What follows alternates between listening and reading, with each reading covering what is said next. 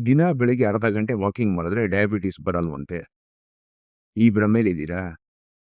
Walking ಮಾಡಿದ್ರೆ diabetes ಈಗಾಗಲೇ ಬಂದಿರೋರಿಗೆ diabetes ಕಂಟ್ರೋಲಲ್ಲಿರುತ್ತೆ.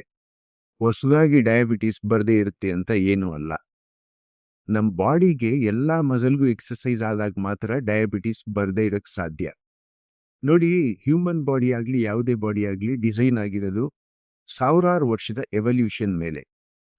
ನೂರಾರು ವರ್ಷದ ಹಿಂದೆ ನಮ್ಮ ಜನರು 40-45 ಕಿಲೋಮೀಟರ್ ನಡೀತಾ ಇದ್ರು ಆಹಾರಕ್ಕೋಸ್ಕರ. ಅದ್ರ ಮೇಲೆ ನಮ್ಮ ಇನ್ಸುಲಿನ್ ಡಿಸೈನ್ ಆಗಿರೋದು.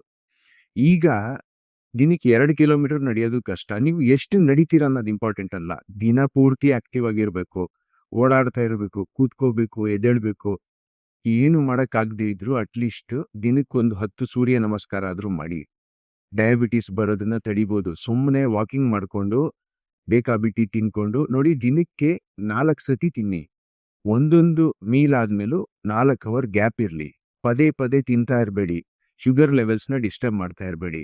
ಹಂಗೆ ಮಾಡಿದ್ರೆ 40 ವರ್ಷಕ್ಕೆಲ್ಲ 100% ಡಯಾಬಿಟಿಸ್ ಬಂದೇ ಬರುತ್ತೆ.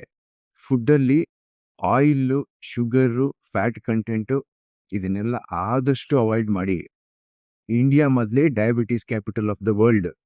ಹುಷಾರಾಗಿರಿ. ಡಯಾಬಿಟಿಸ್ 1 ಬಂತು ಅಂದರೆ ಅದ್ರ ಹಿಂದೆನೇ ಎಲ್ಲ ಕಾಯಿಲೆಗಳು ಬಂದ್ಬಿಡುತ್ತೆ.